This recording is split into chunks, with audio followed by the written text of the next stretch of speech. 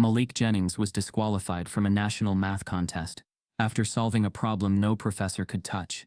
But when his viral proof shook the internet, Harvard called it a technical oversight. Then an anonymous email leaked internal files, and Malik's name was marked, "Disqualify immediately, not our profile." Now the world wants answers. But what Malik finds next could burn the Ivy League to the ground. Before we deep dive into this interesting story, subscribe to our channel, and tell us where are you watching from. Share in the comments below. The cracked sidewalks of East Grand Boulevard whispered stories of forgotten dreams. It was here, in a faded brick apartment building with rusted mailboxes and flickering hallway lights, that 14-year-old Malik Jennings lived. A boy who seemed to carry galaxies in his mind, but went unseen by almost everyone around him. The neighborhood didn't expect brilliance from kids like Malik. They expected survival, not equations. But Malik wasn't like the others. And every evening, when his mother's second shift began and the apartment fell into silence, he'd pull out his spiral notebooks and create worlds out of numbers. He wasn't just good at math, he was transcendent. While other kids scrolled endlessly through social media, Malik buried himself in abstract algebra and number theory. By 8th grade, he had reverse-engineered college-level theorems from YouTube lectures and PDFs buried in dusty corners of the internet. His teachers, overwhelmed and underpaid, missed it entirely. His school didn't have an advanced math program, and Malik had learned not to raise his hand too often. Every time he corrected a mistake or asked questions too far ahead, he was told to wait for high school, so he stopped asking. Malik's mother, Denise, a nurse's aide, who juggled 2 jobs, knew her son was gifted, but didn't know how gifted.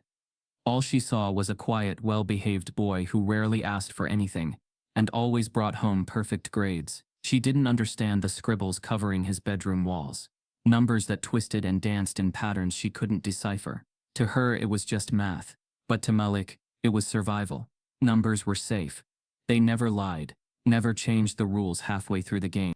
One evening, while waiting for dinner to warm in their second-hand microwave, Malik recorded himself solving a problem he found in an old MIT math competition.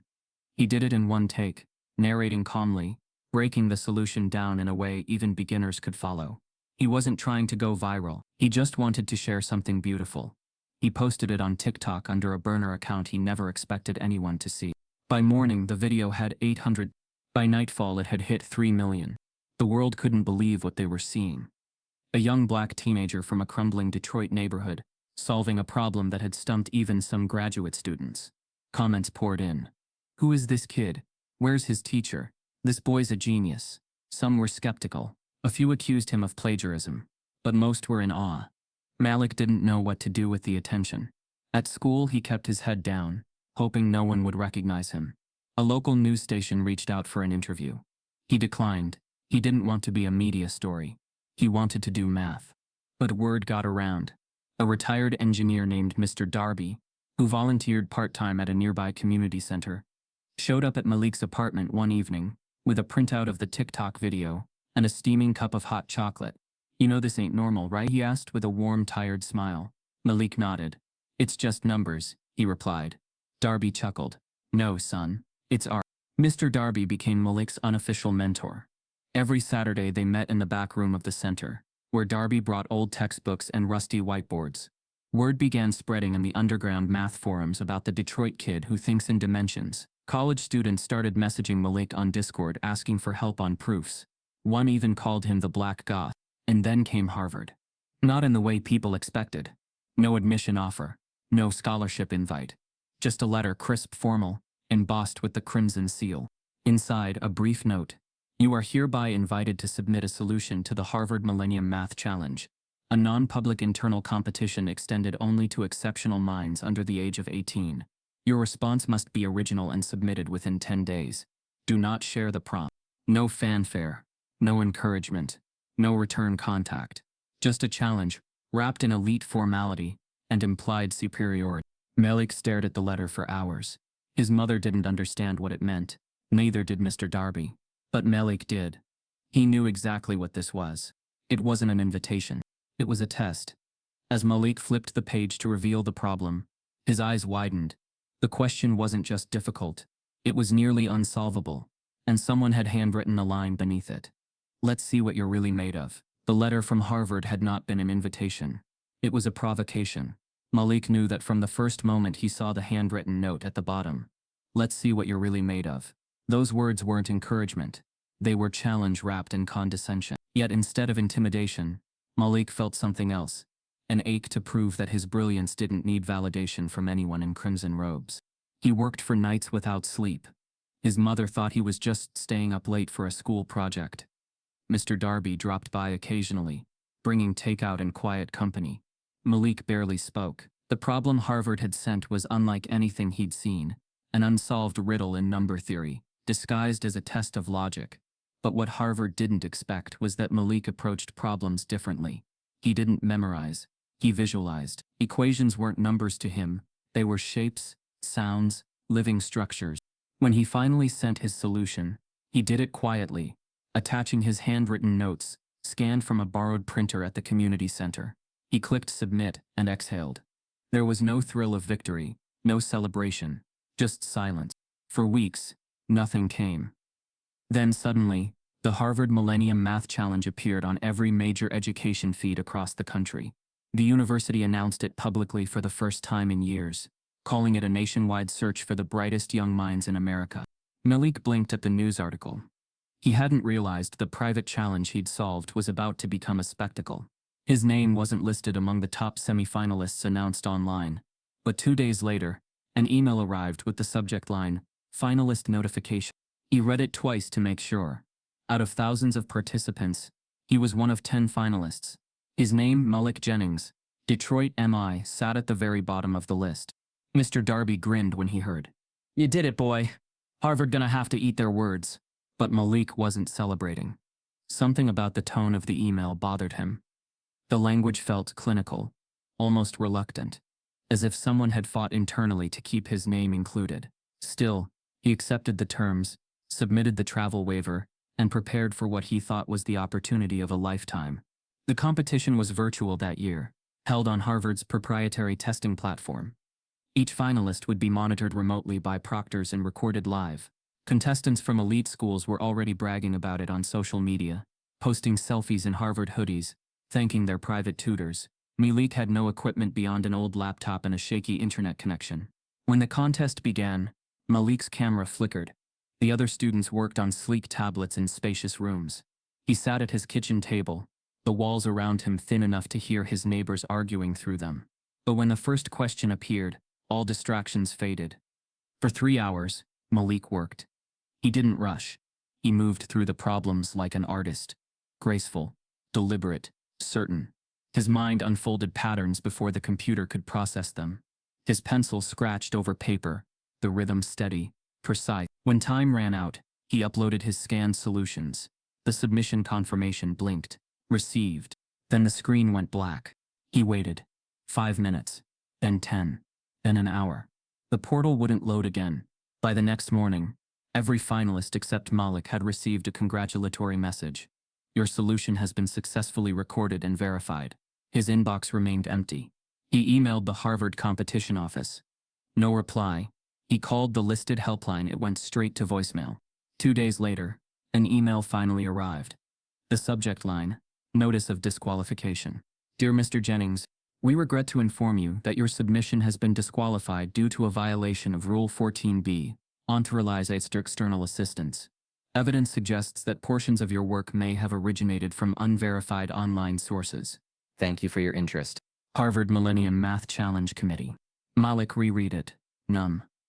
Rule 14b didn't exist in the guidelines he'd received. He checked twice, 3 times. There was nothing about unverified sources. He knew the accusation wasn't just false. It was impossible. His entire solution was handwritten. Mr. Darby's voice trembled when he read the letter over Malik's shoulder. They think you cheated? They know I didn't, Malik said softly. They just can't explain how I did it. Within hours, the contest's official site updated. Malik's name vanished from the list. A new name appeared instead. An affluent white student from a Boston prep school. Comments flooded the announcement post, congratulating the finalists. No one knew Malik had ever been part of it, but someone inside Harvard did.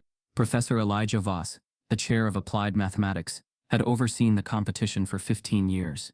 Behind the polished smiles and ivory towers, he was notorious for one thing: gatekeeping.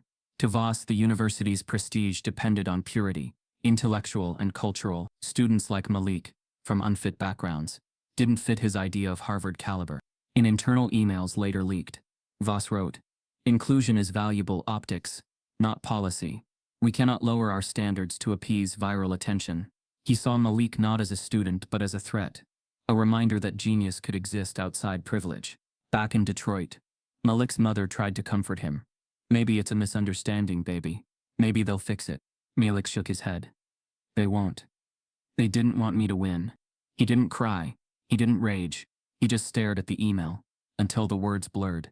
The weight of centuries pressed down, not just the rejection, but the quiet understanding that his brilliance had been seen and deliberately erased. Days passed. Malik's TikTok fans wondered why he'd gone silent. A few followers noticed his absence from the contest updates, and began asking questions online.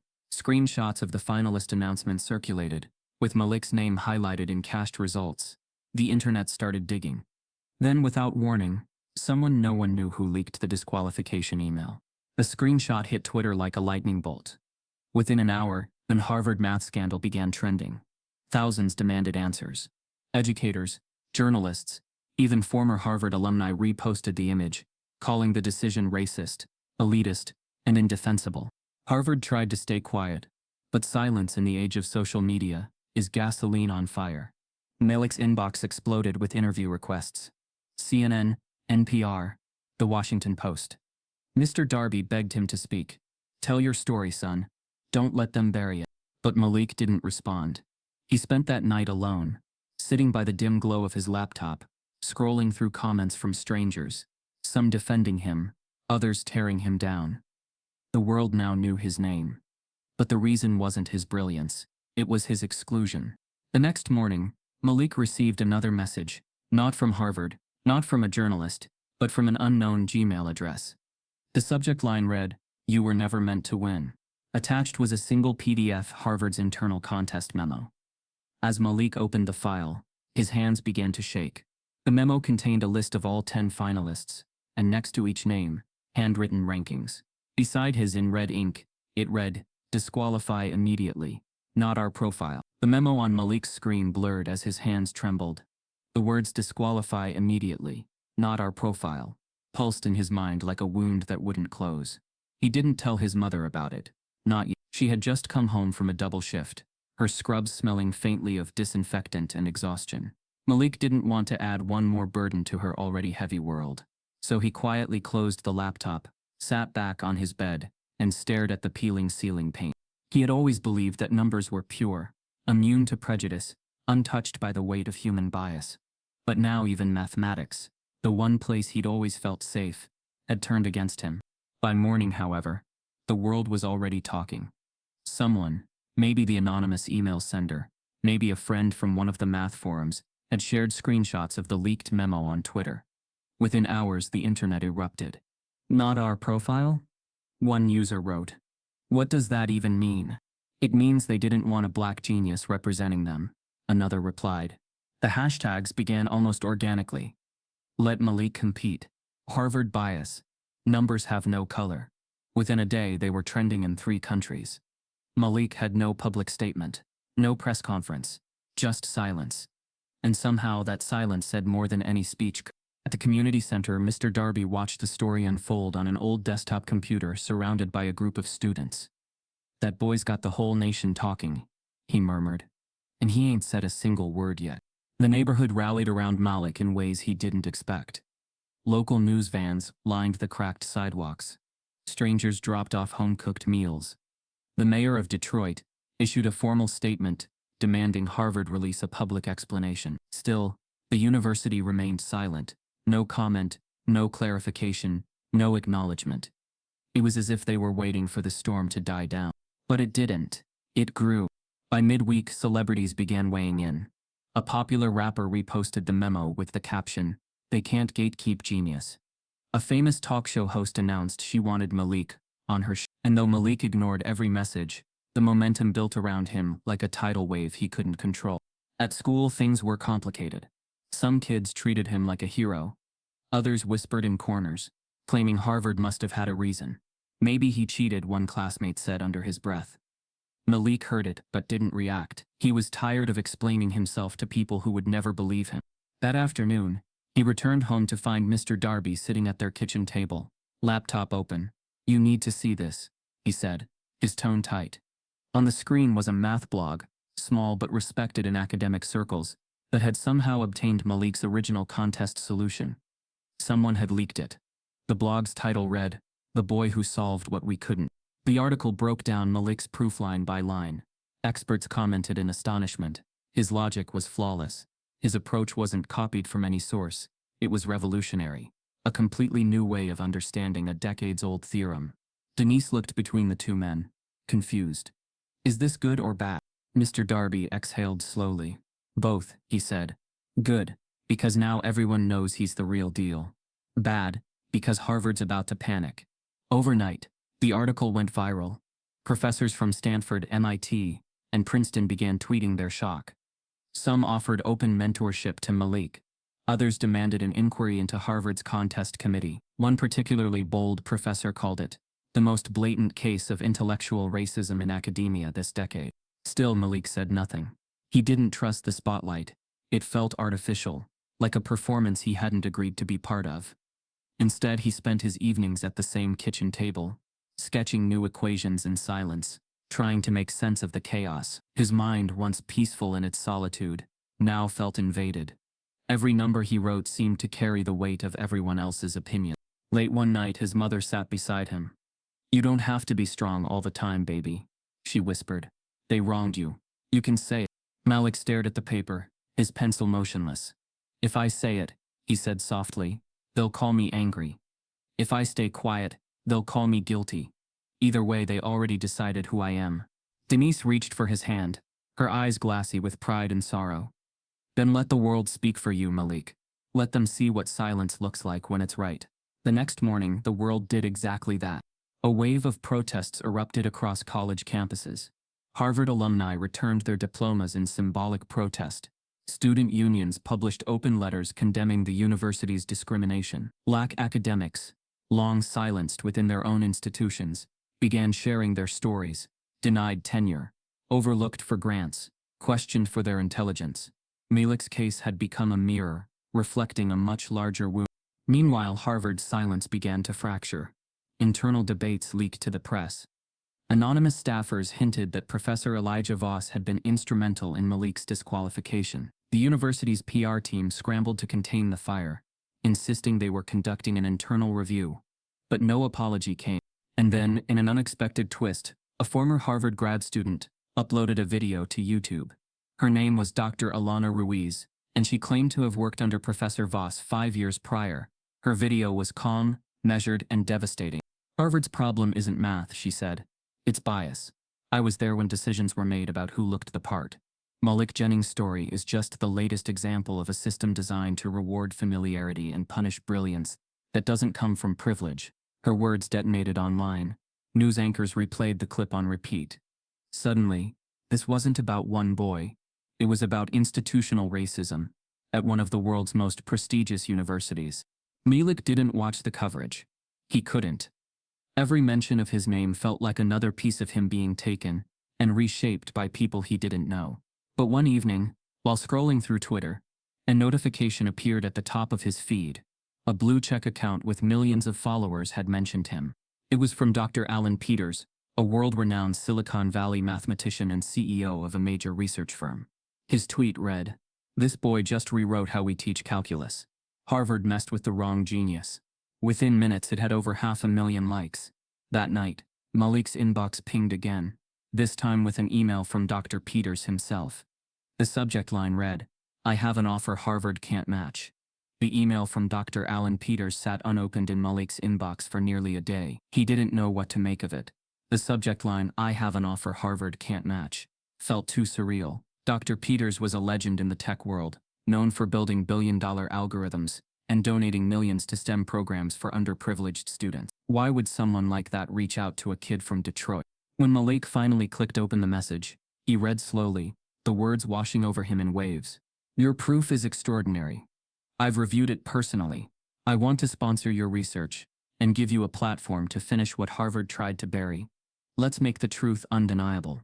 He stared at the screen for a long time, unsure whether to believe it. Mr. Darby urged him to take the offer. "This man's the real deal," he said, his voice trembling with excitement. "He ain't just offering you money, Malik. He's offering you freedom." Freedom. The word stuck with him. For the first time, Malik realized the fight was no longer just about his disqualification. It was about something bigger, the idea that truth itself had to be proven worthy when it came from a black boy. The next day, Malik agreed to collaborate with Dr. Peters' Research Foundation.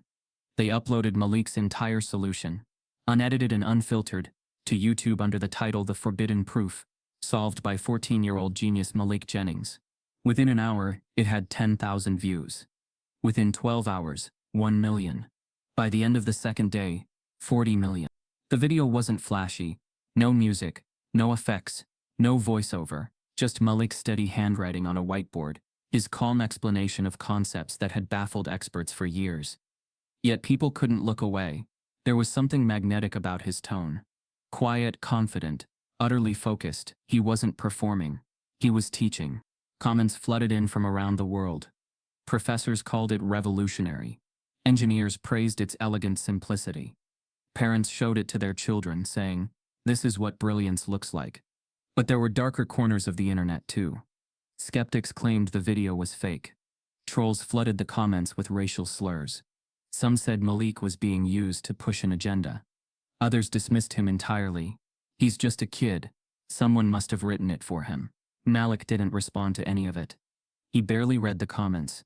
Instead, he sat at the same kitchen table, listening to the hum of the refrigerator, trying to process how the world had suddenly shifted around him. Meanwhile, Harvard could no longer ignore what was happening. Their silence had stretched too long, and now the institution's credibility was at stake. Every media outlet demanded answers. CNN ran the headline, "Did Harvard disqualify a genius because of his zip code?" The university scheduled a press conference for Friday morning. Malik watched it live with his mother and Mr. Darby. At the podium stood Professor Elijah Voss, clean-cut, calm, deliberate, the face of Harvard's mathematical prestige. Cameras flashed as he adjusted his tie and smiled politely, before reading from a prepared statement. "We want to clarify that there was no malicious intent in our decision regarding Mr. Jennings's disqualification. The issue arose from a misunderstanding of submission protocols, an unintentional oversight. We hold immense respect for Mr. Jennings's talent and encourage him to reapply next year under proper guidelines."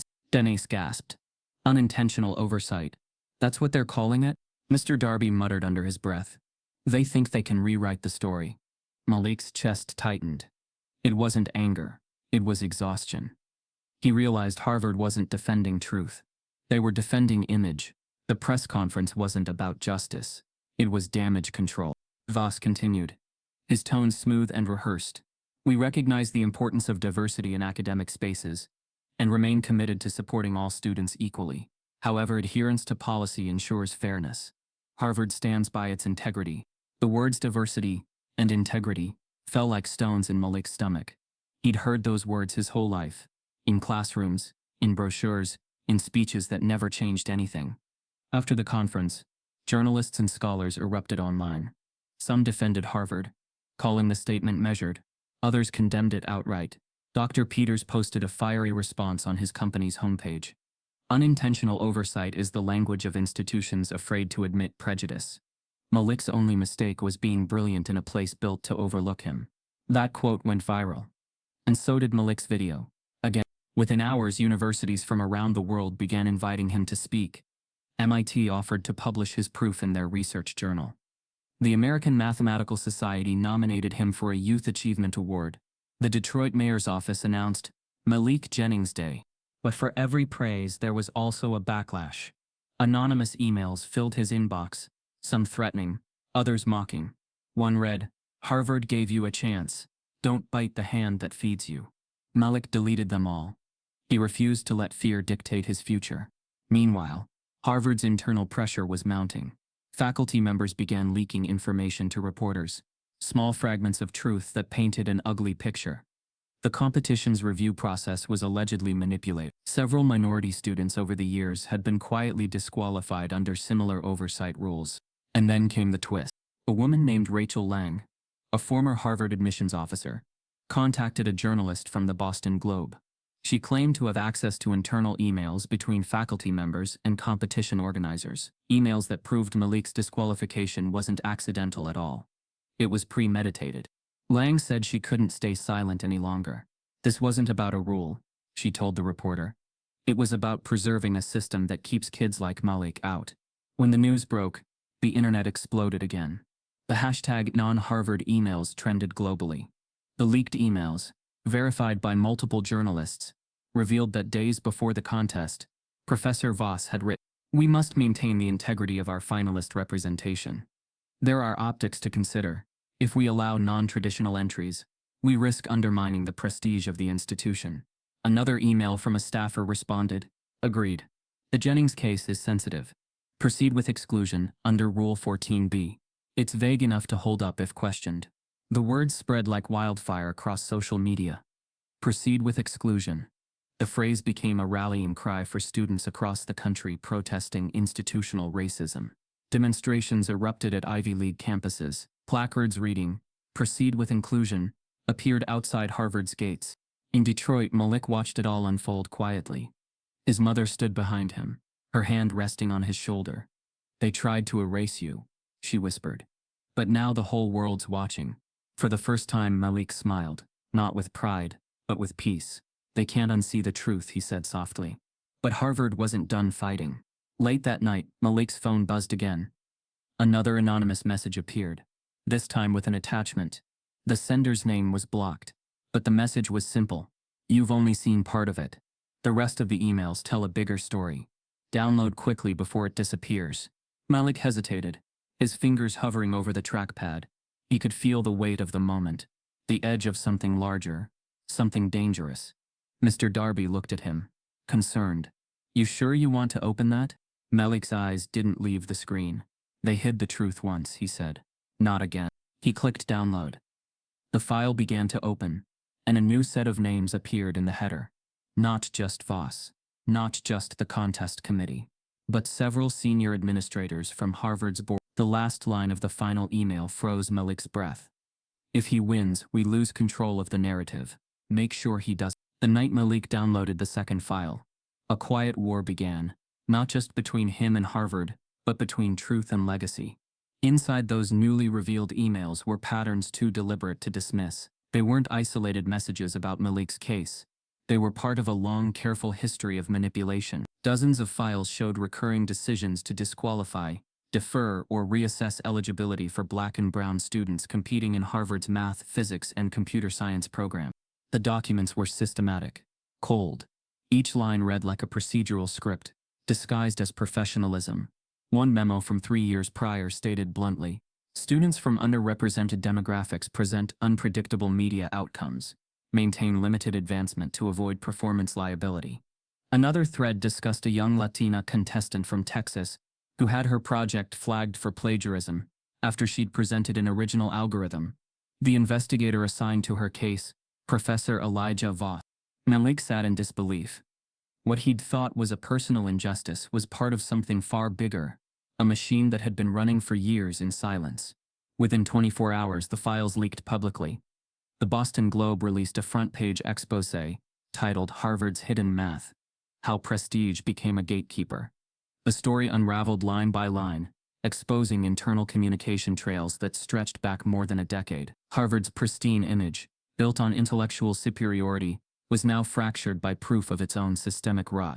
News anchors read the emails aloud in disbelief. Editorials condemned the hypocrisy of the nation's oldest university, which had spent billions branding itself as the pinnacle of opportunity and diversity, while secretly suppressing the very students it claimed to empower. Malik watched the coverage in silence, his jaw tight. The world was seeing what he'd already known in his bones.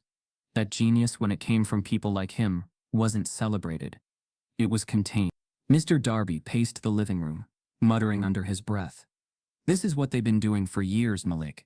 Quiet racism, hidden behind paperwork. You gave them nowhere to hide." Denise sat nearby, her hands trembling as she clutched a mug of untouched coffee. "They can't just get away with this," she whispered. "They can't." Outside, Detroit buzzed with pride. Murals appeared on street walls, Malik's face beside equations, painted in bold colors with the words "unstoppable mind." Local teachers used his story as a lesson, not about math but about courage. Meanwhile, Harvard scrambled. Their first instinct was to deny. A press release claimed the emails were taken out of context. Another statement from the Board of Trustees announced an independent internal investigation. But it was too late. The evidence was undeniable, the context self-evident. As the scandal spread, journalists from every major outlet began connecting the dots. NBC traced over 30 cases of similar technical disqualifications of minority students in national competitions sponsored by Harvard. NPR interviewed a former student who recalled being told by Voss, "You should focus on social work. Mathematics requires a certain kind of mind." When the quote aired, the internet exploded again. The phrase "a certain kind of mind" became shorthand for academic racism, a reminder that intelligence in some places still had a color. Behind the scenes, lawyers began circling.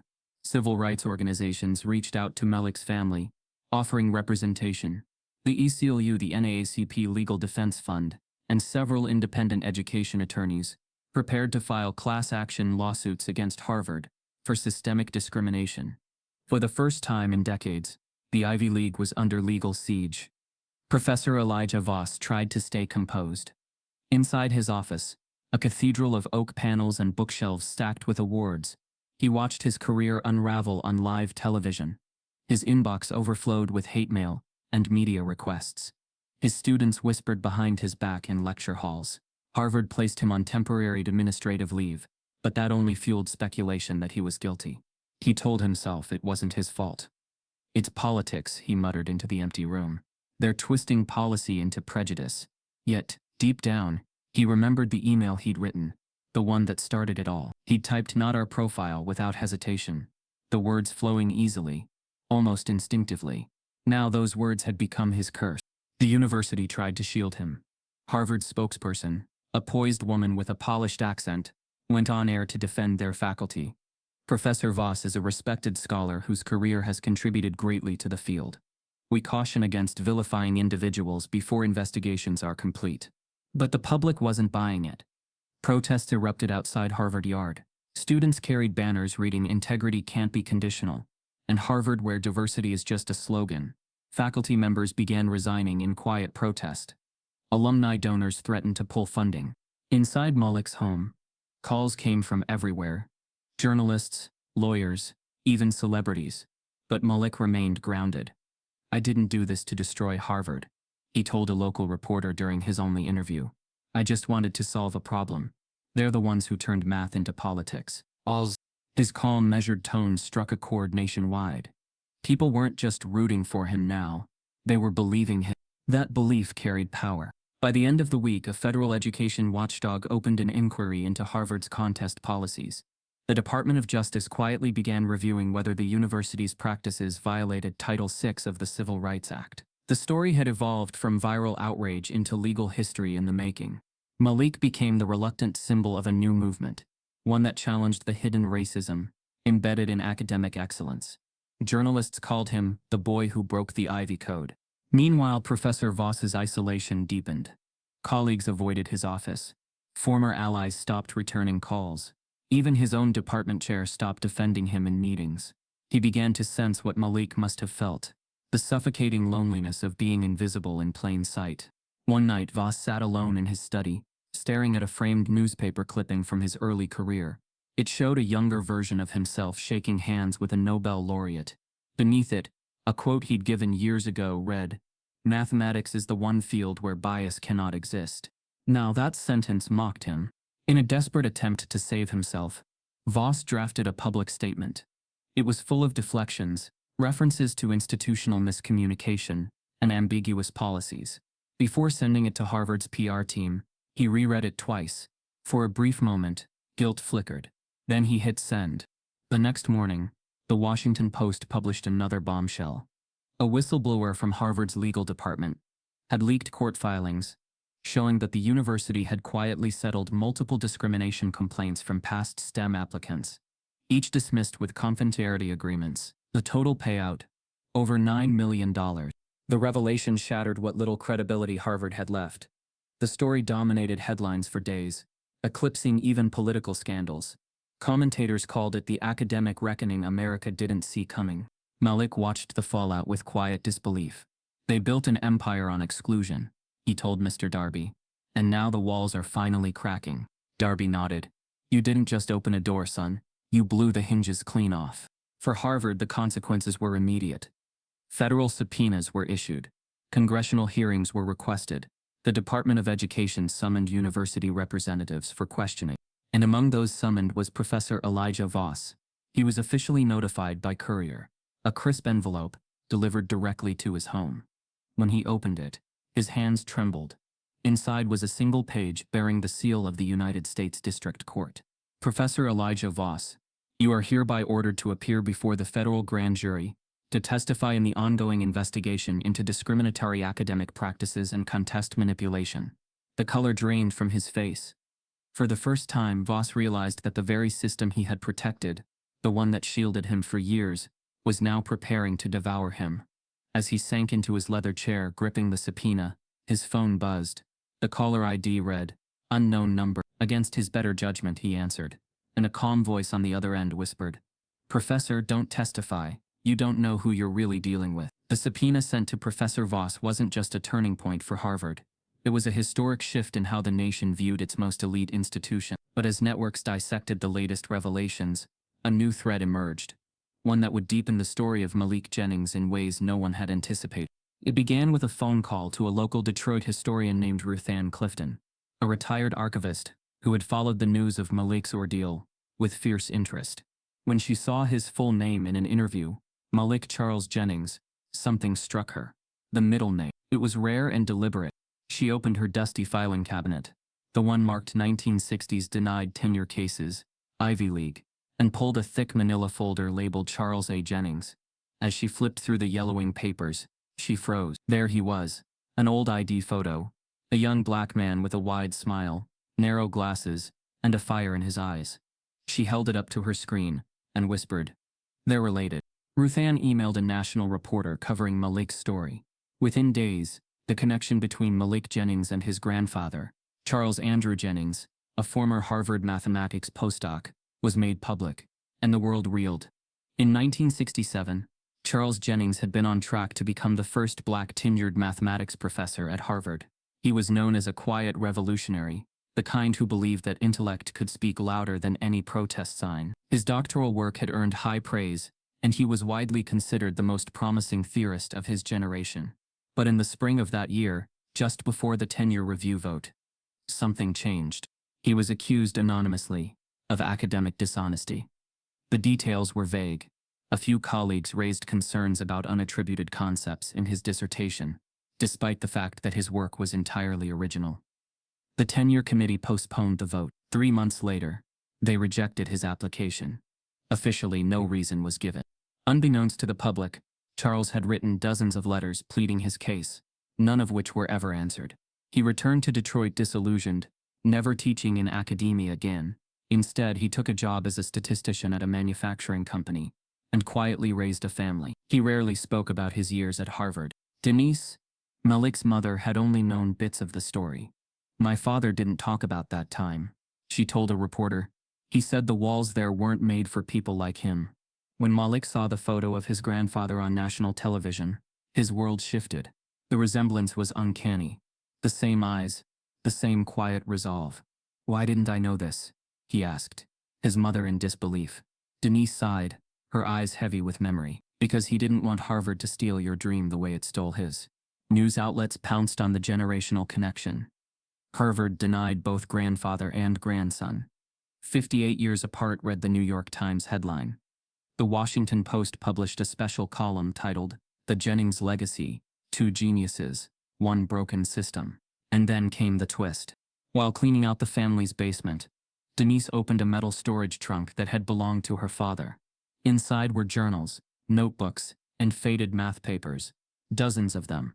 Some were bound together with twine, others were loose sheets, stained with age but neatly written. On the inside of one faded brown folder, scrawled in red pencil, were the words "Proof Concepts, C.A. Jennings, not yet published."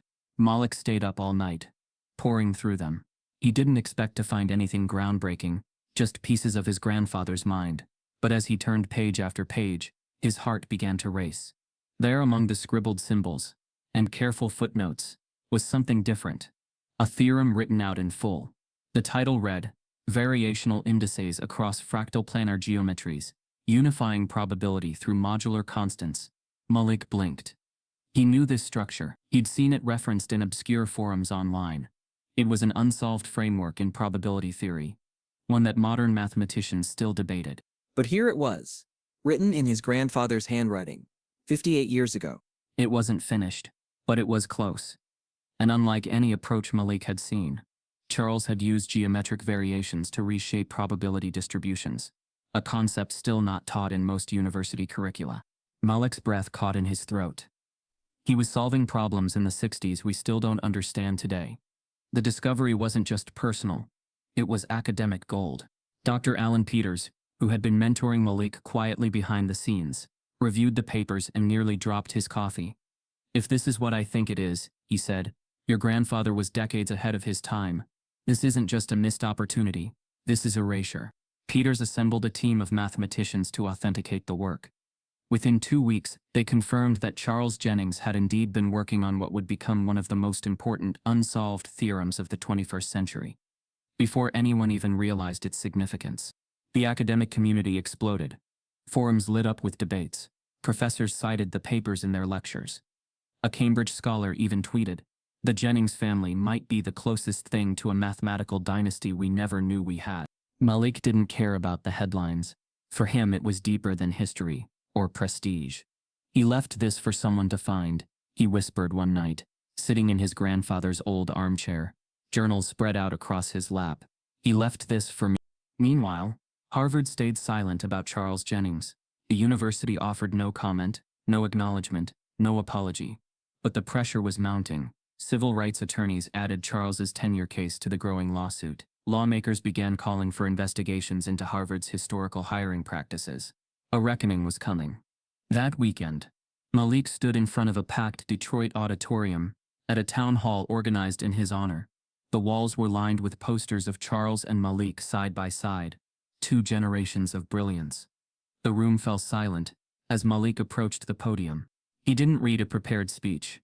He spoke from the weight in his chest.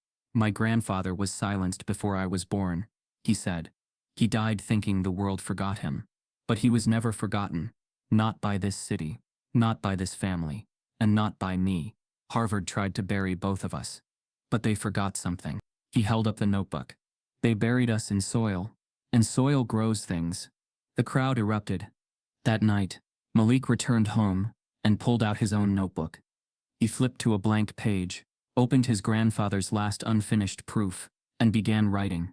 One line at a time, blending his voice with a man he never met, but always carried in his blood. As Malik turned the final page of Charles's notebook, a folded slip of paper fell out, a handwritten note that read, They didn't break me.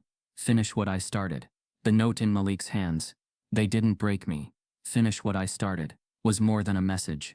It was a transfer, a passing of the torch. The moment he read it, something inside Malik shifted. His silence, once protective, now felt like surrender. His grandfather had died with his genius buried in a basement trunk. Malik wasn't going to let that happen to himself. But even as the world praised him, another narrative was quietly unraveling. The story of everything that happened before Harvard. The overlooked years, the invisible weight. National media, now ravenous for every angle, turned their lens toward Malik's upbringing, his classrooms, his grades. But what emerged wasn't just Malik's academic record. It was a mosaic of missed chances and subtle sabotage. Journalists reached out to his middle school teachers for comment. One, a math instructor named Mr. Brenner, gave a quote that would ripple with irony. I always thought Malik was bright, but he wasn't exactly focused. I never saw him going far in this field. He didn't engage the way gifted students usually do. The quote aired on national TV. Malik watched it with his arms crossed, his face expressionless. His mother was less reserved. He didn't engage? She repeated bitterly. That boy solved college problems in his room while your whole school missed it. Mr. Darby just sighed. That's the shadow curriculum right there. What do you mean? Malik asked. Darby sat forward, folding his hands. It's not the math they teach in class, Malik. It's the invisible set of rules. How to act, how to sound, what skin to wear. They measure giftedness by how well you mimic what they expect. The phrase stuck, the shadow curriculum. Malik realized it had followed him his entire life. Teachers praised the white kids for potential, gave them enrichment work, sent home glowing notes. Malik got silence, or worse, suspicion. If he did well, it was lucky. If he struggled, it was expected. The media caught wind of the idea. Within days, op-eds sprang up in major papers. Headlines read, "When excellence isn't enough for black students," and the invisible racism of academic gatekeeping. On talk shows, black parents shared their own stories. Gifted children placed in remedial classes, boys with test scores dismissed as disruptive, girls labeled unmotivated, despite straight A's. Malik's case had opened a vault of buried wounds. At his old school, reporters showed up with cameras. The principal issued a tight-lipped statement, "We're proud of Malik and support all our students equally." But former students told a different story.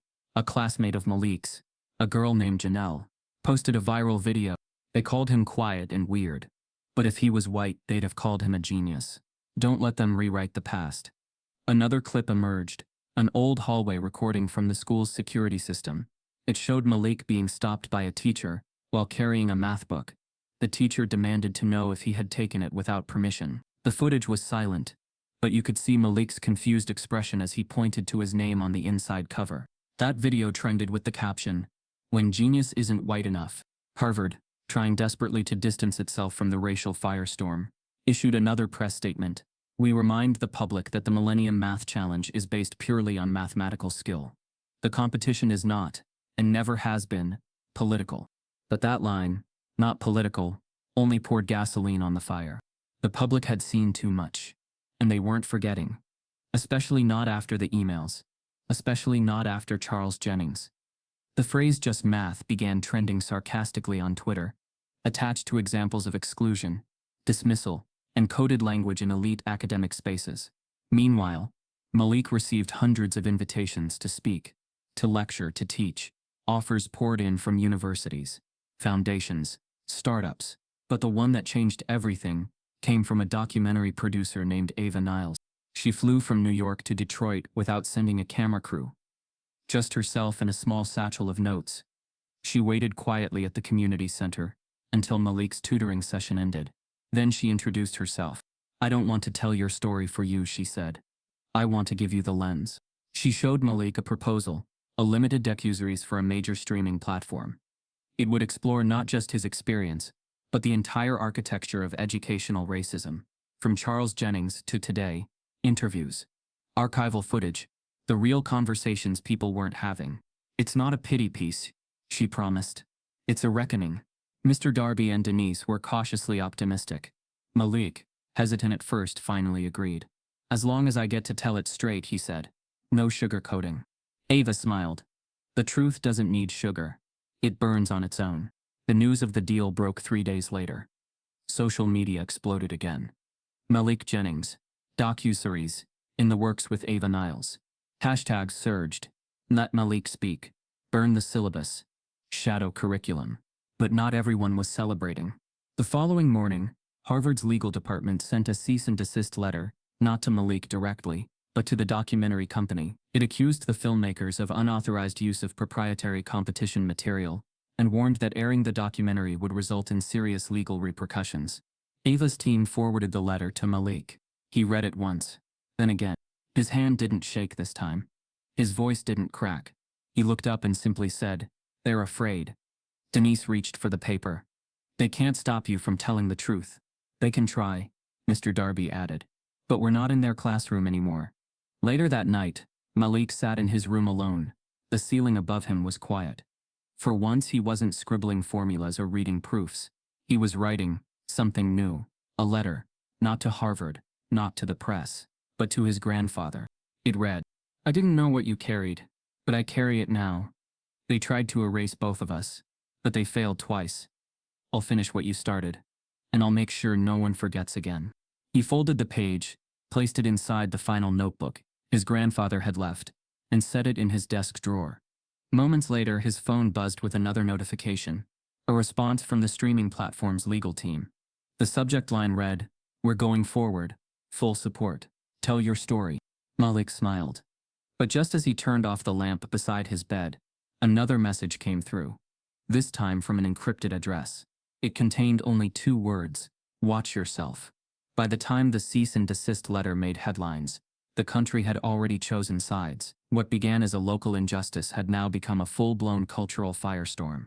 The media frenzy surrounding Malik Jennings was no longer just about math. It was about power, race, legacy, and who gets to decide who belongs. Cable news split like a fault line.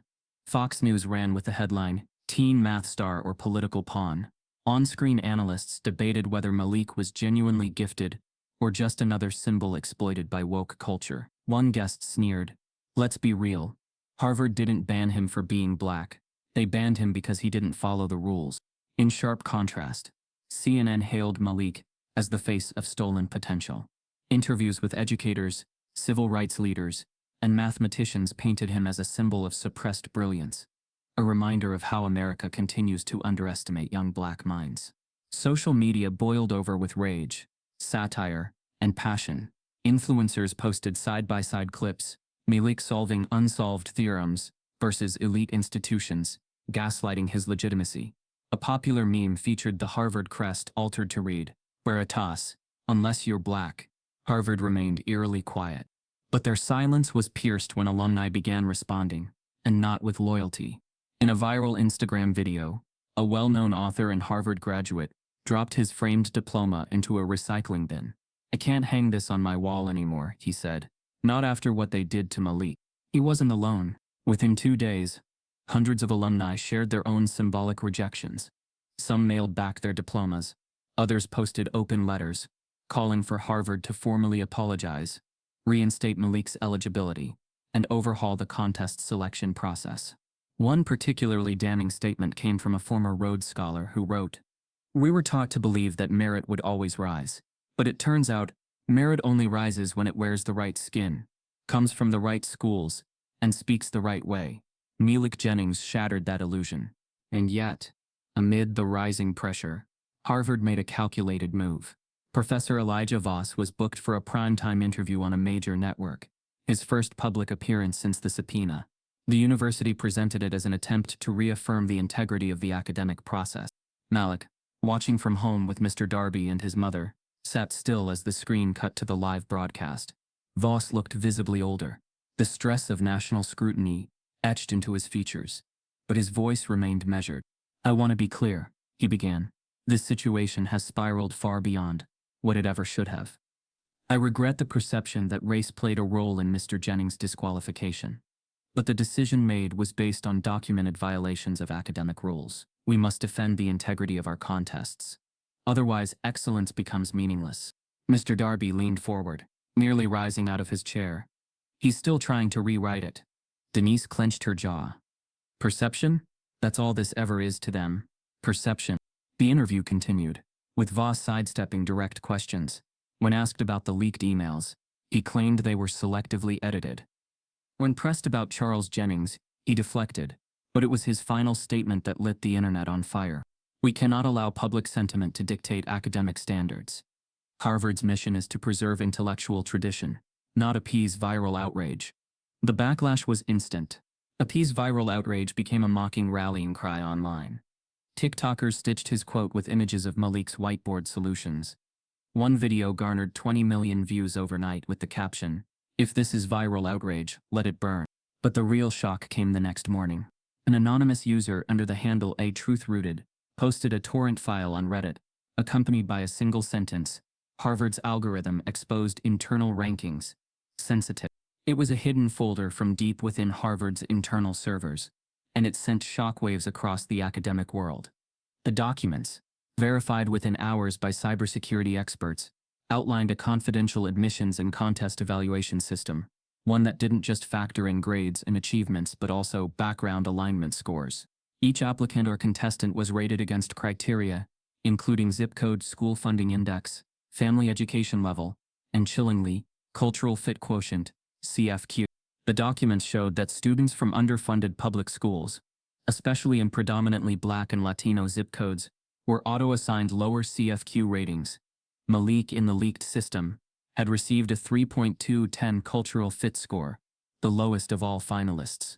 Worse still, a comment was attached beside his name in one internal review, brilliant but non-aligned. Elevated risk of media unpredictability. Suggest redirecting via Rule 14b. If spotlight intensifies. Malik read those words with a numbness that chilled him more than rage ever could. Non-aligned, he repeated to himself. Like I'm a system error. The media pounced on the leak. This wasn't just discrimination. This was calculated exclusion, engineered through data points, and cloaked in institutional jargon. Think tanks called it algorithmic racism. Civil rights attorneys called it a class action waiting to happen. Protests escalated. College students walked out of classes in solidarity with Malik. Activist groups painted 3.2 CFQ on walls across major cities. A black valedictorian from Philadelphia tweeted, "I graduated top of my class and still got a 4.1 CFQ. They never planned to let us in." The Department of Justice released a statement announcing an urgent review into the ethical violations surrounding the use of cultural fit scores in academic evaluations. Congressional leaders from both parties began demanding Harvard testify before a subcommittee. Harvard tried to downplay the leak, calling it misinterpreted internal research, but no one believed them anymore. Meanwhile, Malik received a direct message from Truth-Rooted. "More coming. They've buried students like you for decades. But not anymore. This time the math fights back." Malik showed it to Mr. Darby. "You think it's real?" he asked. Darby looked at the screen, his expression unreadable. "I think whoever this is, they've declared war on the lie, and they're not done yet." That night, Malik sat in his room, watching the waves ripple outward, a nation splitting not just over a boy, but over a truth too long suppressed. He scrolled past people defending him, attacking him, deifying him, dismissing him. He knew now that the spotlight was a mirror. It didn't show who you were, it showed who people wanted you to be. And Malik refused to be anything other than himself. As he shut down his laptop for the night, a new anonymous email pinged into his inbox, this time containing an audio file. The subject line read, "Your grandfather's name wasn't the only one erased." The audio file sat unopened in Malik's inbox, a time-stamped recording with no context and no sender name. All it said was, "Your grandfather's name wasn't the only one erased." He didn't play it immediately. He just stared at it, as if afraid the truth inside would unearth more than he was ready to face. But truth, Malik had learned, doesn't wait for your permission. Instead of pressing play, he opened a browser window and searched Harvard Internal Rankings leak. The internet was already on fire. The folder titled Internal Rankings Sensitive had gone global. News outlets dissected every line. Experts confirmed its authenticity. Activists, students, and professors alike erupted with fury. One section hit harder than anything before, the CFQ matrix, short for Cultural Fit Quotient. The matrix automatically assigned lower fit scores to applicants from low-income zip codes, schools with high racial concentration, and family education levels below a graduate degree. Even perfect test scores couldn't override it. Malik's CFQ, a white student with a similar GPA, the scale was designed to look neutral, but it operated like a digital barrier, an algorithmic gate dressed in clean code, backed by centuries of bias. Harvard's defense was immediate and hollow. This tool is used in limited experimental capacities and does not influence final admissions decisions. But no one believed that anymore. Screenshots of internal chats contradicted the statement. A flagged Slack message between two Harvard administrators read, "CFQ scores can tank borderline applicants. Use with discretion, especially if media eyes are off." The public exploded. It was no longer about Malik alone. This was a generational betrayal. Confirmation of what thousands had felt for years, but couldn't prove. The algorithm wasn't broken. It was working exactly as designed. In Detroit, Malik sat quietly in the corner of the living room as Denise paced, her voice cracked with fury. "They built a system to keep you out from the beginning, and now they want to call it experimental." Mr. Darby rubbed his temple. This wasn't bias hidden in opinions. It was engineered, like someone coded racism into math. Malik didn't speak. He just turned to his laptop and began typing. He wrote slowly at first, then with clarity, word by word, sentence by sentence. And when he finished, he read the draft aloud to his mother and Darby, a statement, not just for his defense, but for everyone who had been filtered out, downgraded, ignored. He uploaded it to every platform where his name had trended, attaching a message. I will speak directly. Join me Thursday night. 8 p.m. I'm going live. The post went viral instantly. Malik Speaks trended within hours. It wasn't just a live stream. It was a declaration. A reckoning.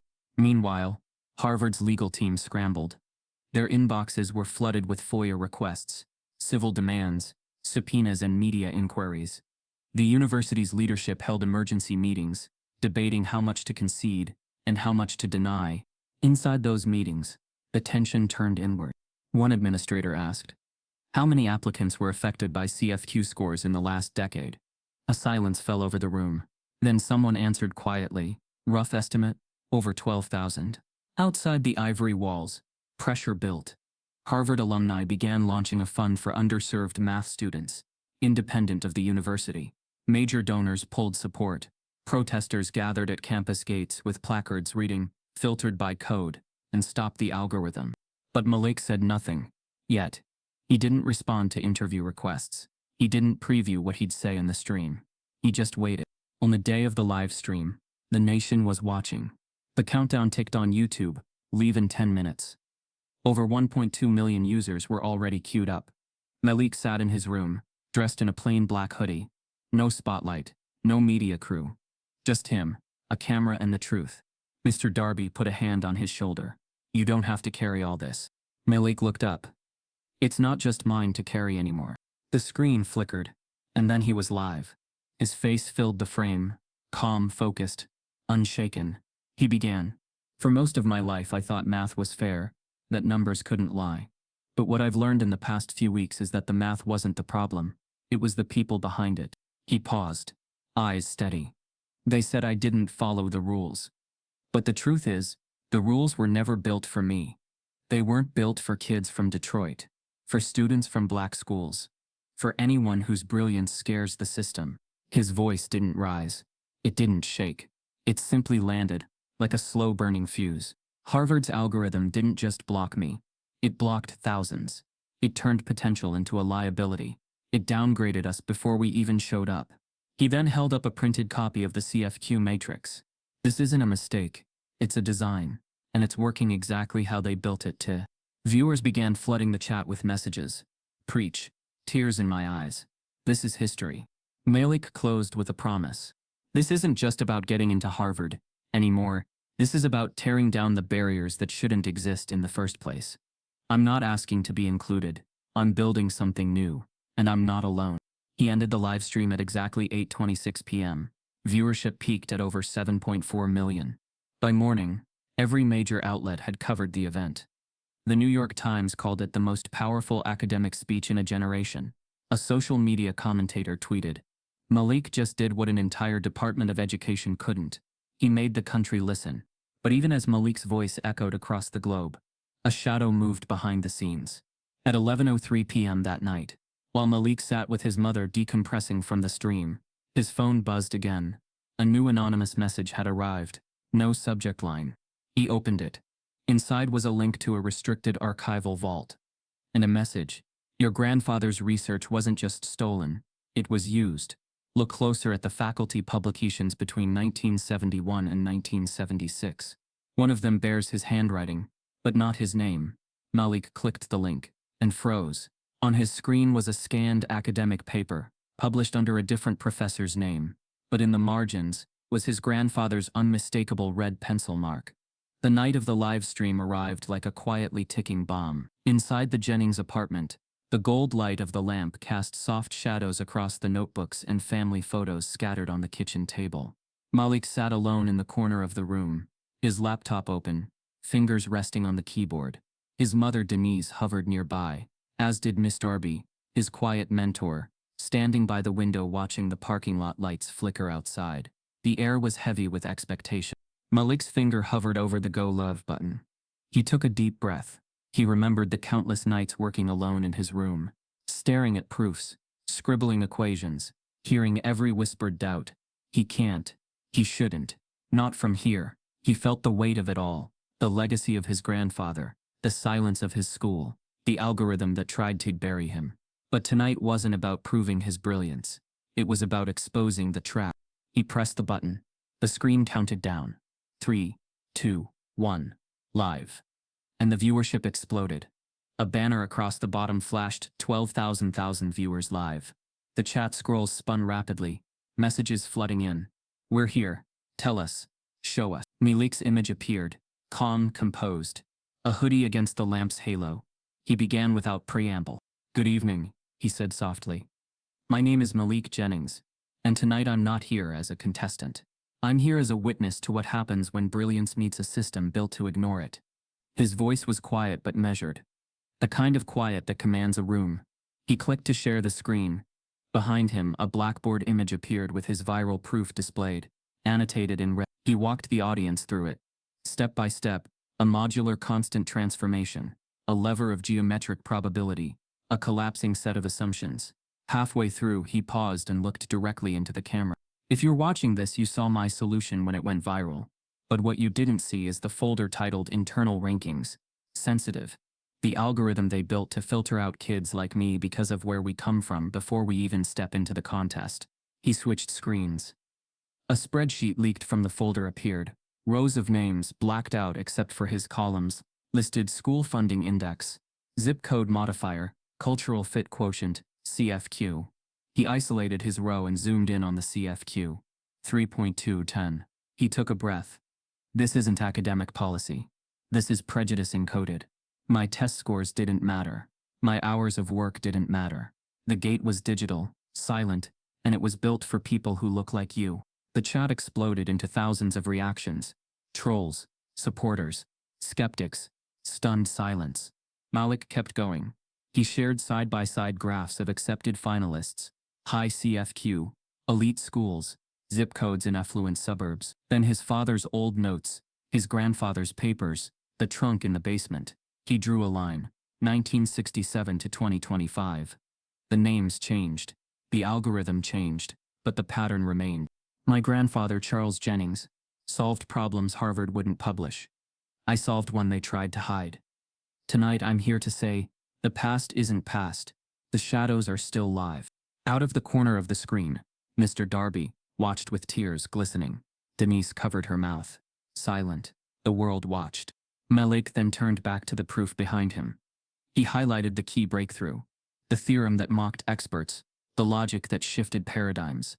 He didn't boast. He explained. He pointed to one specific line. The collapsing modular constant that he visualized in his head as a folding sheet of paper. None of this would have mattered if the system treated me like everyone else. But the system was designed so I wouldn't proceed. So I couldn't win. He paused again. The chat froze in real time. Viewers held their breath. He continued. So I'm not asking for entry anymore. I'm asking for reckoning. I will not be a finalist. I will be a teacher. I will build the platform. I will invite the students they never invited. And when they ask why him, you answer, because he wasn't white enough for your algorithm. So he built his own. Malik closed his laptop camera with a single click. The live stream ended. But the impact didn't fade. Headlines flooded in minutes. 14-year-old sparks academic revolution. Harvard algorithm exposed by Team Genius. Harvard issued a review statement, promising to evaluate procedural integrity and ensure equitable access for all future competitions. But those words rang hollow. The algorithm was exposed. The proof was public. And the world had watched the moment when a boy from Detroit broke a system built to ignore him. Within hours, thousands of students signed up for Malik's email list. Kids from underfunded schools, coding clubs, math circles in places nobody cared about. He didn't yet know what he would build, but he knew one thing: he would build something different. And then, an unexpected twist. At 3:14 a.m., Malik's phone lit up with an email from one of the most prestigious universities in the country. The subject line read, "Faculty appointment offer." The message offered him a full-ride scholarship, but not to study, to join as a visiting lecturer guiding the institution's new Equity in Mathematics initiative. Malik read it silently. He looked at his mother and Mr. Darby. "They offered me a job," he said softly. Mr. Darby's eyes widened. "To teach? At their university?" Denise's hand trembled. "After all they did to you?" Malik closed his eyes. He understood. This wasn't about rehabilitation. It was opportunity. But more importantly, it was leverage. As Malik set the phone down, a new notification popped up. A calendar invite titled Emergency Board Meeting, Harvard Corporation, scheduled within 20. The location, Cambridge. The subject, response to Dr. Jennings' livestream. Malik's mouth set in a quiet line. This wasn't over. Not by far. The aftermath of the livestream felt like standing in the eye of a storm. For Malik Jennings, the world had flipped. Overnight he was cast in two opposite roles, hero and target. His email inbox flooded with messages of support. You saved my dream. You gave our voices math. Thank you for being up. But alongside the cheers came shadows, anonymous threats, insinuations of cheating, birth certificate rumors, deep fakes of his face plastered onto other bodies. The duality weighed heavy. In the early hours of one morning, Malik awoke to a voicemail. A voice unrecognizable, low, smooth with artificial hush. You think they underestimated you? They're not done. They'll erase you quietly. He left the message muted, listened to once, then deleted. He didn't mention it to his mother, Denise. He didn't mention it to Mr. Darby. He simply moved on, allowed the creeping fear to exist beneath his calm exterior. Meanwhile, the public adoration did not cease. Invitations poured in, universities, tech firms, civil rights conferences. But Malik chose carefully. He accepted one meeting only. A call late at night from a coalition of black educators, tech CEOs, and civil rights attorneys. They introduced themselves mostly by title. Their speech chilled him with its clarity. We've watched your fight, said one voice. You broke the algorithm. Now we build the alternative. Soon, the group announced a new initiative, the Jennings Project, dedicated to math education for marginalized youth. Their mission: build advanced problem-solving communities in under-resourced neighborhoods, create mentorship pipelines, and publish open curricula designed by black scholars. Malik listened as they spoke of scholarships, coding competitions, summer institutes. He felt a mixture of relief and responsibility. To lead such an initiative meant opening himself again to the glare of attention and attack. The smear campaign, meanwhile, had become industrial. Journalists received unsigned tip kits. Opinion columns appeared on obscure sites, suggesting Malik's solution was helped. One video reached thousands of views, where the creator claimed in shaky footage, "Looks too polished for a 14-year-old."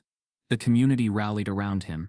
They circulated counter videos, uploaded logs of his writing at 2, screenshots of Discord chats where he talked about math long before the contest. The support became an armor. But Malik wasn't invincible. In his school's hallways he heard whispers again. Children who cheered his name one week now asked, "Are you still that math kid?" Teachers avoided lecturing him. Some treated him like someone fragile, not formidable. He met their eyes with calm, but inside he flinched. He wanted to show them the proofs, the notebooks, the midnight sessions. But he'd learned that brilliance doesn't always close the gap of belief. It only widens the gap of expectation. Denise found him one evening surrounded by papers. He looked up. "I thought once the truth came out everything would be easier." She placed a hand on his shoulder. "Truth isn't a key, baby. It's a spotlight. Sometimes it stings the eyes." And it was stinging. The initiative's launch meeting was scheduled. Press releases were drafted. Yet every publicity memo came with a warning disclaimer. Subject to ongoing faculty review. Pending legal outcome. The coalition insisted they would proceed regardless. That this initiative wasn't a reaction. It was proactive. But Malik sensed the tension, to build forward while being constantly pulled backward by legacy system. As the Jennings Project staff began gathering funding pledges, tech CEOs, philanthropists, and educators began participating. Many of them spoke of Malik's role with reverence, not as a child prodigy, but as a catalyst. One CEO emailed, "You're not just doing math for students, you're doing justice through math." Malik mulled those words. Justice. That felt heavier than genius. Justice meant more than solving a problem. It meant rewriting the rules. Then came the unexpected twist. While most of the public was focused on Harvard's algorithm scandal, a white paper circulated within the coalition's network.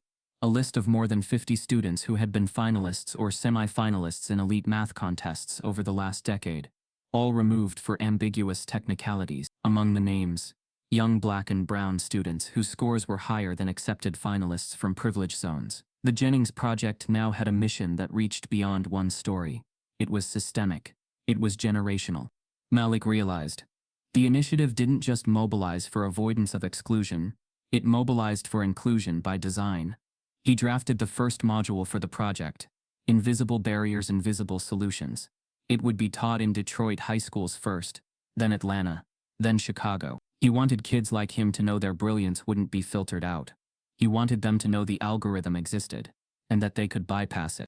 By evening, media outlets covered the project launch, from contest victim to movement leader, the math initiative for those they tried to exclude.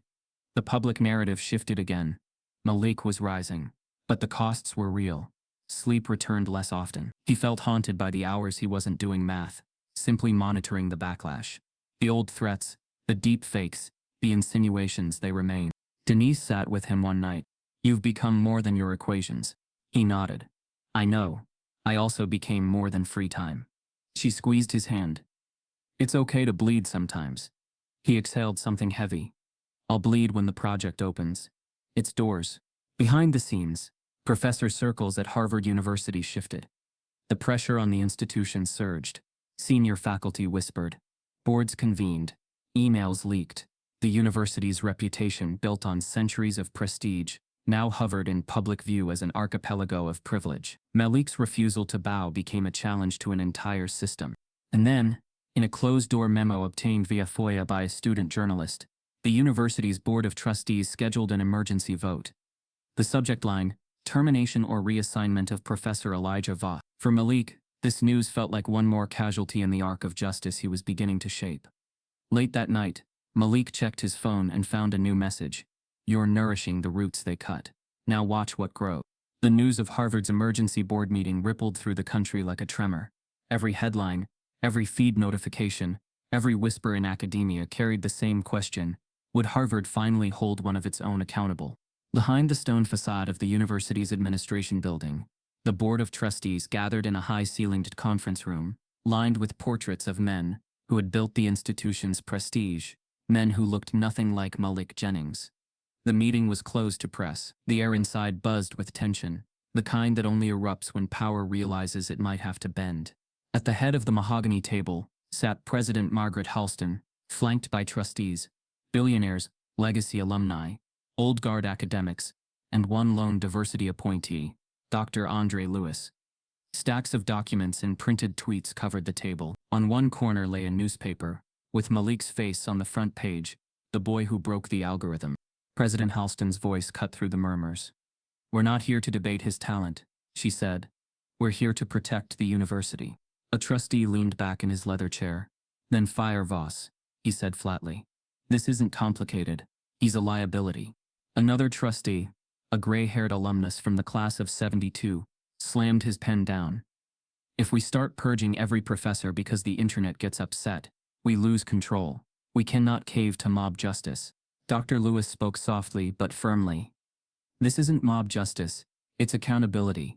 You can't call it integrity when it only protects the institution, not the people it harms."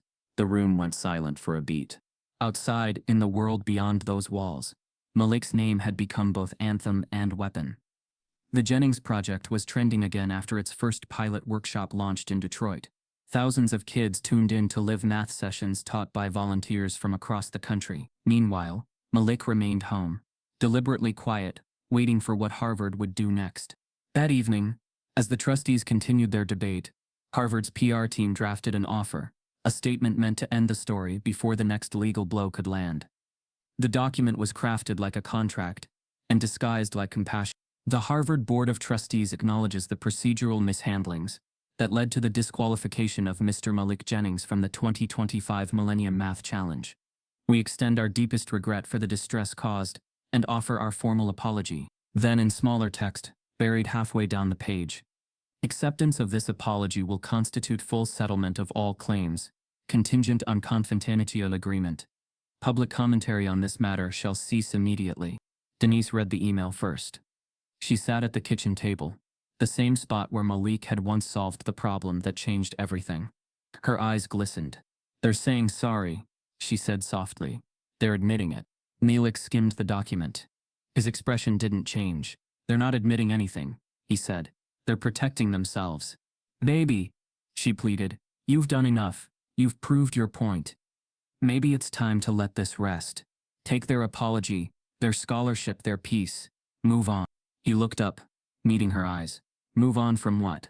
From being erased? From Grandpa being erased? From every kid who never got a chance because someone decided their zip code wasn't worth it. Denise's voice cracked. I just don't want you to lose yourself to this fight. He closed the laptop. If I stop fighting, I lose anyway. Mr. Darby arrived not long after, having already heard about the offer through a reporter contact. He dropped his worn briefcase on the table and leaned forward. They're scared. That apology isn't kindness, it's strategy. They want your silence before the lawsuit hits. Melik frowned. What lawsuit? Darby's eyes narrowed. The civil rights attorneys you spoke with. They've been building a case for weeks.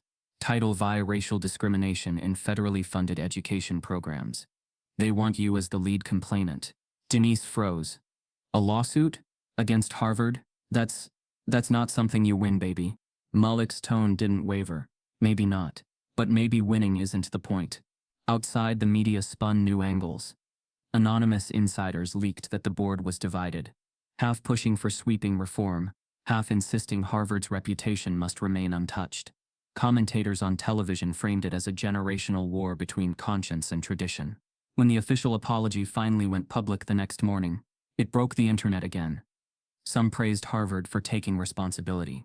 Others saw the fine print and called it what it was. Hush money wrapped in academia's velvet tone. Melik received hundreds of messages urging him to accept it and move on. One tweet read, "You already won, kid. Don't let them break you with paperwork." But Melik couldn't forget the red pencil marks on his grandfather's stolen theorem. He couldn't forget the algorithm's coded bias. He couldn't forget the teachers who never saw him. He met again with the coalition's lawyers. The room smelled faintly of stale coffee and exhaustion. Stacks of legal briefs surrounded them like towers. Melik sat quietly as attorney Angela Cruz outlined the plan. "We're going after more than the contest," she said. "We're challenging the entire system of discriminatory evaluation. Admissions, funding, competitions, everything." Malik's mother listened, clutching her purse tightly. "This could take years," she murmured. Cruz nodded. "It will. But history always takes time to rewrite." Malik leaned back. "Let's file it." That single sentence sent ripples through the room. Cruz looked up, studying him for a moment. "You're sure?" "I'm done waiting for permission to be treated fairly." News broke 2 days later. Malik Jennings to file federal civil rights lawsuit against Harvard University. The headline flashed across screens nationwide. Harvard's PR team scrambled again, issuing a cautious statement about continuing dialogue. But everyone knew the line had been crossed. The nation split. Again. Some called Malik courageous. Others called him reckless. A television pundit sneered. "He's biting the hand that tried to make amends." But activists saw something else. A teenager refusing to be bought. That night, Denise watched her son asleep at the kitchen table, head resting on open notebooks, pencil still in hand. She brushed a curl of hair from his forehead and whispered, "You really are your grandfather's child." In Cambridge, the Board of Trustees gathered once more for the vote. Behind the closed door, the air was tense enough to crack. The agenda item was short but seismic. Professor Elijah Voss, termination proceedings. President Halston looked around the table. "We cannot move forward as if this hasn't happened," she said. One trustee argued. Voss followed procedure. "If we fire him, we're admitting guilt." Another countered. "If we don't, we're complicit." Halston rubbed her temples, the weight of history pressing hard. "Either way," she said, "the truth has a price. The question is, who pays it?" The vote began. As the ballots were cast, an aide burst into the room, pale-faced, holding a phone. "Madam President," he said, trembling, "Harvard's servers have just been breached again, and this time, the leak isn't about the algorithm, it's about money." When the press release went out, the one-line headline appeared in headlines across the country. Malik Jennings files federal civil rights lawsuit against Harvard University. It was both bold and inevitable. For Malik, this was the culmination of months of exposure, fury, calculation, and hope. For Harvard, it was an escalation they had failed to prevent. In the offices of the Jennings Project. Late one evening, Malik sat at his desk surrounded by files. On one side lay the printed memo from his grandfather. On another the algorithm leaks, and in the middle his handwritten draft of the complaint. His mother, Denise Jennings, sat nearby, silent. Mr. Darby hovered at the doorway, his face tired but resolved. The lawyers had scattered around the room. 3 attorneys from a civil rights firm, experts in education law, financial aid statute, and institutional discrimination. One of the attorneys, Angela Cruz, cleared her throat. "Malik," she said, "federal law holds that if a school receives federal funding, it cannot discriminate on the basis of race under Title. We're alleging that Harvard's internal systems, its CFQ scores, hidden algorithm effectively denied you and by extension many others access based solely on race and background." Malik nodded. He felt the weight of the words but also the strength. "It's not just me," he said quietly. "It's the thousands who were before me, and the generations waiting after. If I win, it won't just open one door. It blows open the building." The room shifted. The lawyer who handled discovery laid out the evidence binder. Internal Harvard emails, algorithm screenshots, student testimonials from across the country. A surprising twist emerged as they talked. One of the students listed in the leak, a young black woman from the same Detroit neighborhood as Malik, had her version of an elite contest solution published under a professor's name from a major university 10 years earlier. No acknowledgement. Now she was emerging as a co-plaintiff. Denise squeezed her son's hand. "That really happened?" she whispered. Malik swallowed. "It means it's not just theoretical. It's practice." As the coalition of black educators, tech CEOs, and attorneys coordinated, rallies formed nationwide. High school students walked out, in solidarity, wearing t-shirts emblazoned with 3.2 CFQ, and filtered by code. Bloggers wrote that this was the biggest education case in decades. One magazine called it the Brown v. Board 2 of STEM. Across media outlets, pundits argued what this meant. Some said universities would be paralyzed. Others predicted reform. Harvard's legal team, however, launched a defensive blitz. They filed motions to dismiss, claiming the lawsuit lacked standing, that the algorithm was an internal tool, not an admissions policy, and that Malik had already been offered alternatives. Their press release painted Harvard as an institution under attack. "While we respect Ms. Jennings's talent, we must protect our process and ensure fairness for all applicants." In Detroit, the vigilant glare of news crews in the Jennings neighborhood felt surreal. Malik's mother told him, "I'm proud of what this is becoming, but I'm afraid of what it means for you." Malik hugged her. "I'm not afraid of them anymore," he said. "I'm afraid of nothing else." At one of the press tabling events, a reporter asked Malik, "Do you think you'll win?" He paused and said, "Winning isn't the point. Changing is. If I win, they pay, but if I change, it lasts." The litigation ground forward. Depositions, subpoenas, document requests. Harvard claimed privilege over much of its internal data. The lawyers counter-argued broad patterns of discrimination, citing the algorithm folder, insider chats, and decades of exclusion. An unexpected twist hit when a former admissions officer at Harvard, previously silent, agreed to testify for Malik, revealing training sessions where staff were instructed on how to evaluate background risk and media unpredictability when selecting finalists. The media coverage peaked. College administrators and donors waited nervously. The Jennings Project's board met weekly via video call, planning pilot programs and impact reports. Malik taught his first webinar to 5,000 students. All free, all underrepresented. One of them yelled in the live chat, "You're the reason I kept trying."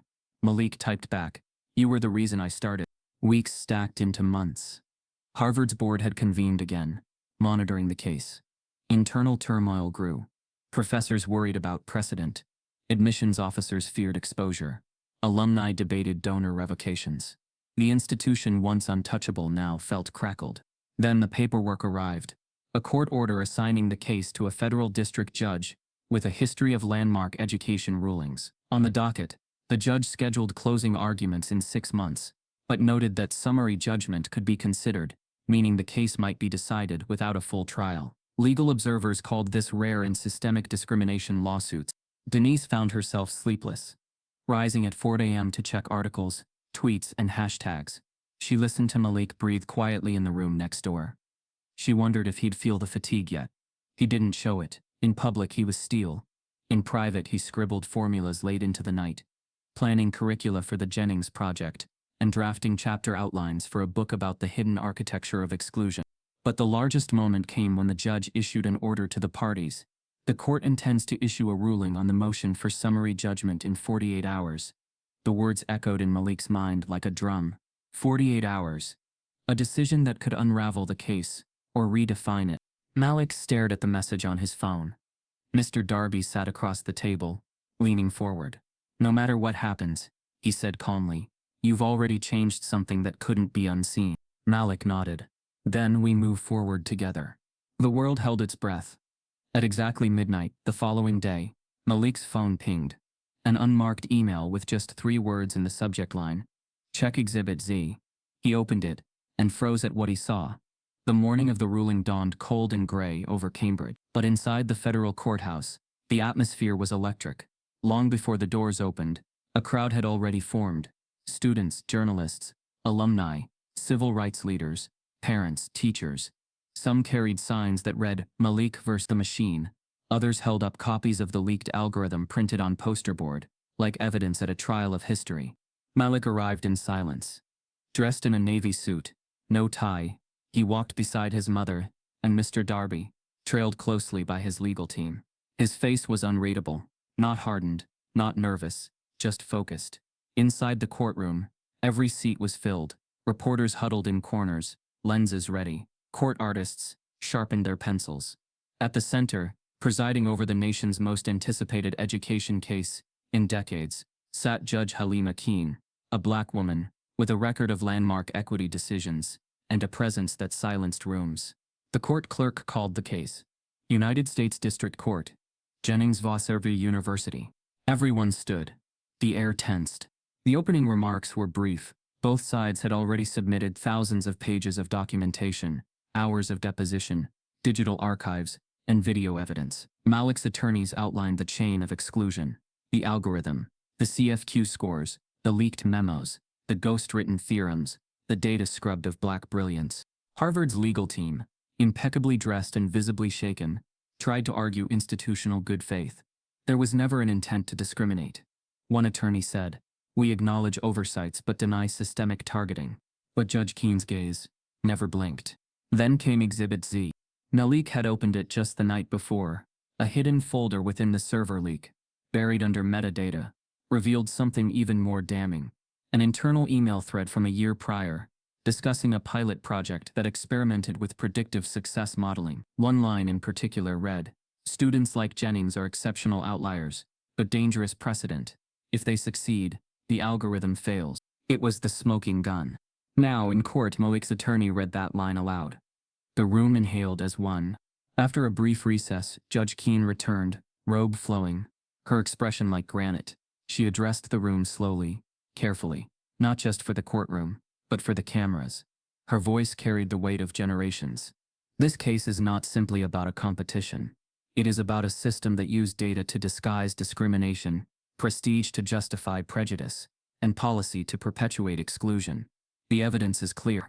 Harvard University systematically discriminated against black students, particularly from low-income backgrounds, through the implementation of its internal ranking systems, CFQ scores, and contest evaluation protocols. Gasps. The court orders the immediate dismantling of Harvard's current algorithmic evaluation systems, the establishment of an independent oversight body for all future competitive programs, and the creation of a reparative scholarship fund under federal review. Furthermore, Harvard is directed to publicly acknowledge the contributions of Charles Jennings, whose work was used without credit, and to re-establish his authorship in all applicable records. The room erupted in tears. Claps, shouts. Some wept. Reporters bolted out the door to file stories. The internet flooded with alerts. Verdict: Harvard guilty of education discrimination. Malik didn't smile. He closed his eyes and breathed deeply, the way he did when solving equations. He looked to his mother, who clutched his hand. She whispered, he's watching, baby. He sees you. Outside the courthouse, the crowd swelled. Students held each other. Strangers hugged. We made history, one voice said. No, said another. He made history. Malik stepped up to the mic stand outside, a sea of cameras before him. I didn't want revenge, he began. I wanted recognition, not for myself, but for every student who solved something brilliant and never got seen. He paused. And while this ruling closes one chapter, I've been building something else. Quietly. Behind the scenes. The crowd leaned in. I've been working on a global platform, a mentorship network, fully free for kids like me. No algorithms, no filters, just math, truth, and access. It's called Proof, and it launches tonight. A buzz rippled through the press, and then Malik's phone pinged with a new message. The subject line, "One grant application approved. Welcome to the world stage." At exactly 8:11 p.m., Malik clicked a single button, labeled Launch Platform, on his laptop screen. The Jennings Project's long-awaited global mentorship initiative, titled Proof, had just gone live. And within 4 minutes it crashed. Not from bugs. Not from errors. From demand. Over 300,000 students logged in, simultaneously from every continent. Servers buckled. Coders from the volunteer team scrambled in real time, upgrading bandwidth, redirecting traffic, spinning up emergency mirrors. Tweets explode. I tried to log in and got booted. Is this Malik's site? Proof is real, and we are ready. It's not a launch, it's a revolution. Malik watched from his kitchen table, stunned. Mr. Darby laughed out loud. Son, you just broke the internet with math. His mother, tears in her eyes, whispered, they showed up for you, baby. The whole world. The site was restored within an hour. By midnight, over 650,000 accounts had been created. Within a week, mentors from 42 countries had registered. Black, brown, indigenous, immigrant. Students who had never seen themselves in equations now saw themselves in him. The Jennings Project's mission was simple: remove the gatekeepers. It offered free curriculum, live peer support rooms, and mentorship from verified professionals, all algorithm-free. No filtering, no downgrading by zip code, no CFQ scores, only potential and access. Malik became more than a student. He became a symbol and an architect. When the United Nations invited him to speak at the General Assembly, it wasn't ceremonial. It was a recognition. He stood before global delegates in a gray suit with no tie, the Jennings Project logo on his lapel, and delivered a speech that would later be archived as a milestone moment in education equity. The algorithm they built told me I didn't fit. But brilliance has no fit. It expands. It disrupts. It rewrites. I'm not here because I asked to be included. I'm here because exclusion doesn't scare me anymore. He received a standing ovation. His story became required reading in academic policy classes. He was awarded the Fields Medal Honor Citation for Youth Contribution, the youngest in history to be recognized. A Nobel laureate referred to him as the quiet storm who reset the rules. And yet, back in Detroit, Malik didn't disappear into celebrity. He remained where he began. Every Friday he tutored students at the same community center where he once solved impossible problems on a squeaky whiteboard with Mr. Darby. He still walked the cracked sidewalks, still bought his groceries from the corner store. Fame had changed the world around him, but not the core of who he was. Journalists often asked, "Why not leave?" He always answered, "Because this place made me, and I want to make sure it keeps making others." Denise finally stopped working double shifts. She joined the Jennings Project as a regional director for family engagement. "No one believed my son's notebooks could go this far," she said at a parent conference. "Now they're being studied by institutions that once told him no." In classrooms from Nairobi to New Orleans, Malik's voice filled speakers, teaching concepts once deemed too advanced for kids without privilege. He didn't just simplify complexity, he dignified it. 1 year after the lawsuit, Harvard quietly released a statement, announcing a complete overhaul of its evaluation systems.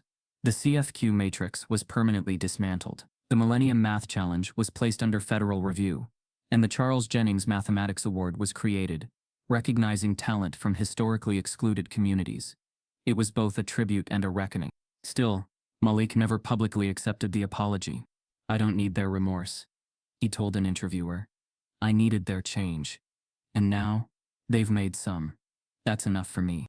At the Jennings Project HQ, a wall was dedicated to student art.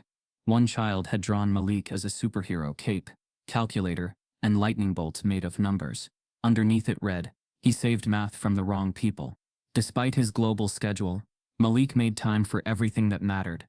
He responded to DMs from kids. He showed up to school board meetings in Detroit. He once spent a whole day helping a 12-year-old from Brazil debug a broken proof. He had become the mirror too many kids never had.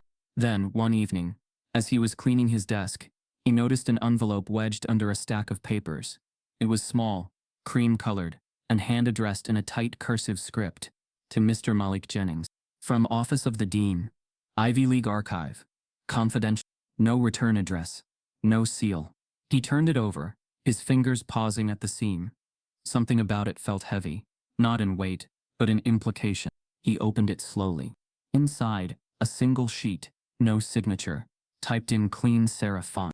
Mr. Jennings, we regret that the system once excluded your grandfather. What we did was more than institutional error. It was erasure. Please know that some of us knew. Some of us tried.